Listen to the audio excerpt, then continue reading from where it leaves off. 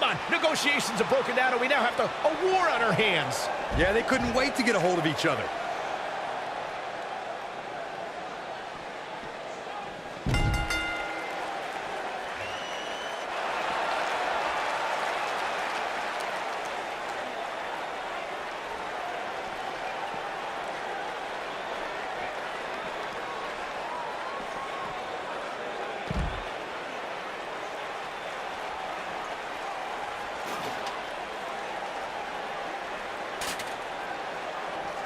Full Nelson, Dragon Suplex.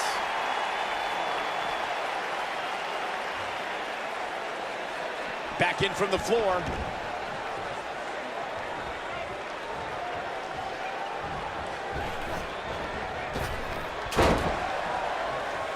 Call me crazy, but this might be one of those rare instances where the champion actually enters the match as the underdog. I know it sounds odd, but it really seems like the champ is up against a headwind here.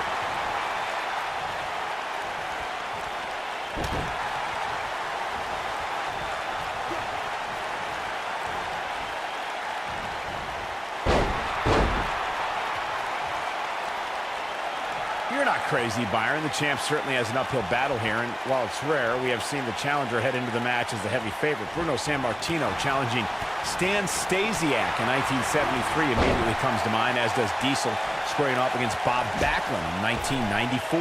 Wait, did you really just say that Saxton is not crazy, Cole?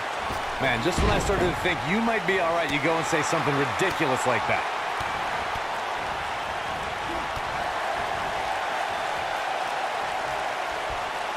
German suplex, but that's not all.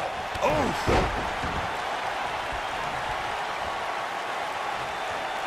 He's making a statement here with this attack. Beautiful technique. What a stomp. Good grief. We've seen champions head into matches maybe a little too We've seen this before.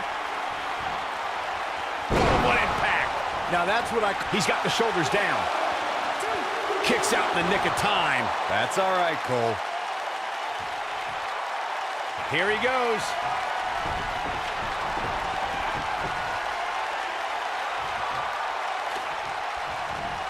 Speaking of champions heading into matches a bit overconfident, one of the most glaring examples of that would have to be the honky-tonk man's attitude heading into his Intercontinental Championship defense at SummerSlam 1988. We all know what happened to him on that night. You are so right, Michael. That was great, of course, though. It wasn't so great for the honky-tonk man, who ended up losing his championship to the Ultimate Warrior in fewer than 30 seconds.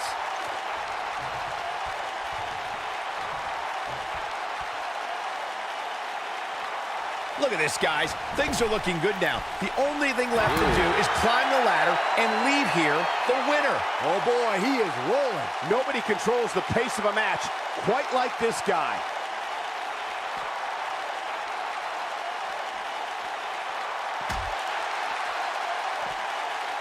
He might have it. Powerbomb! Game, set, match. This one is over. The pitfalls of gravity, Michael. Your odds of winning absolutely increase when you're the only one in the ring. But just because you're so low doesn't mean you're going to win. Think about it. Climbing the ladder isn't necessarily the easiest thing to do, especially after you've been beat on since the opening bell. Opening bell or not, Saxton, you couldn't climb a step stool to change a light bulb without getting dizzy. Let's be honest here. Neckbreaker!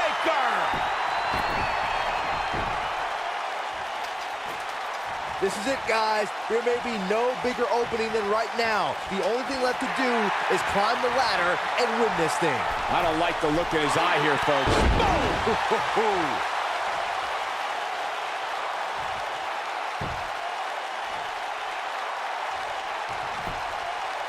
The champion into the cover. Oh, my. How in the world did he kick out of that? Way too early.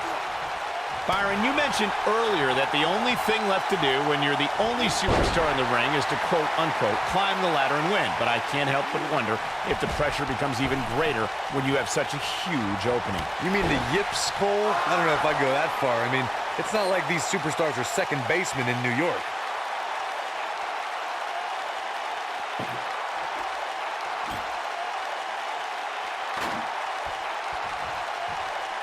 All right, don't blow this. It's not very often you stand alone in the ring with the ladder. Now just climb that bad boy and walk out of here with the win. Oh boy, he is rolling.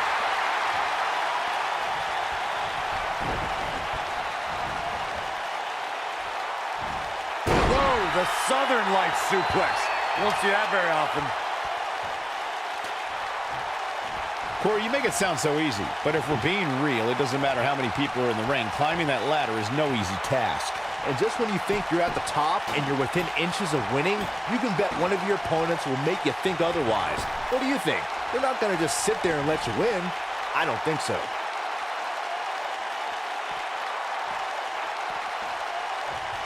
And he's heading back in. They get dangerous out here, especially when there are no countouts.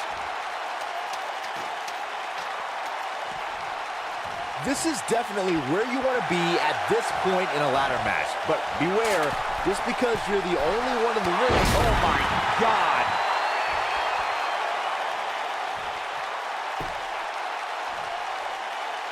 Here it comes. He's got him. If he sticks, He's fighting back here. I expected nothing less, Cole. This is what makes him one of the best in the business. Did you see that? Yeah, that was unreal.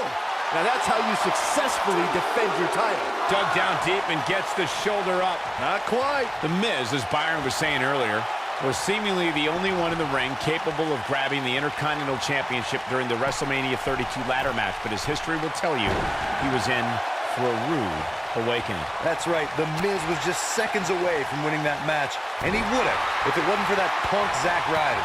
But hey, I guess even a blind squirrel finds a nut every now and then. And don't even get me started on the blind squirrel's father. What the heck was he wearing? Oh, nasty impact. Nobody controls the pace of a match quite like this guy. Here he goes. What impact. Looks like another. The champion into the cover. How does he keep doing this? Wow, that's pure power, guys. He's looking at it.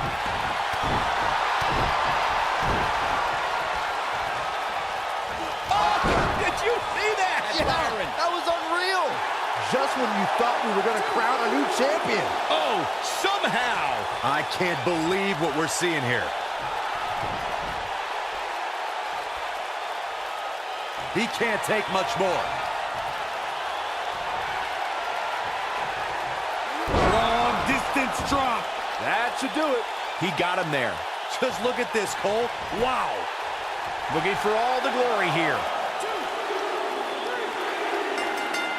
He got the job done. This one's over. Sometimes a match can't live up to the hype, guys, but that one sure did. That's what I love about the WWE. A match that lives up to expectations, but still finds a way to surprise us. Good stuff. These superstars gave as good as they got, and these fans got their money's worth from the opening bell.